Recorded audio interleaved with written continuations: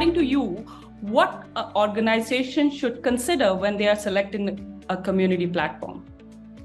Yeah, thanks for the question. I think there are a number of considerations when an organization has decided that they think they want to have a community platform, and the big one is really, do you really need one in the first place? I think as we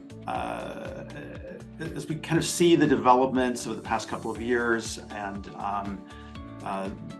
all of the different interactions that take place on social platforms, an organization may have the things that they need.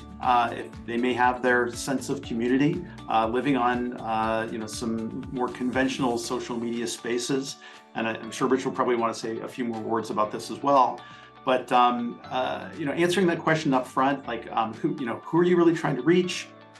Why would they need an independent community platform in the first place?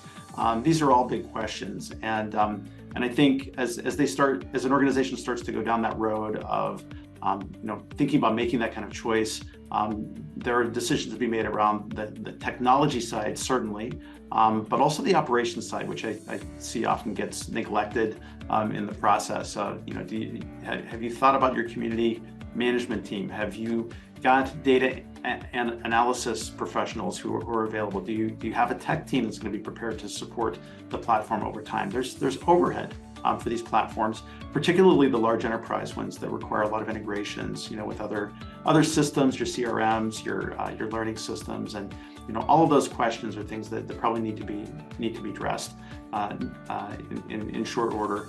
And the outcomes that you're seeking from those members, you need to really guide your choice in that process.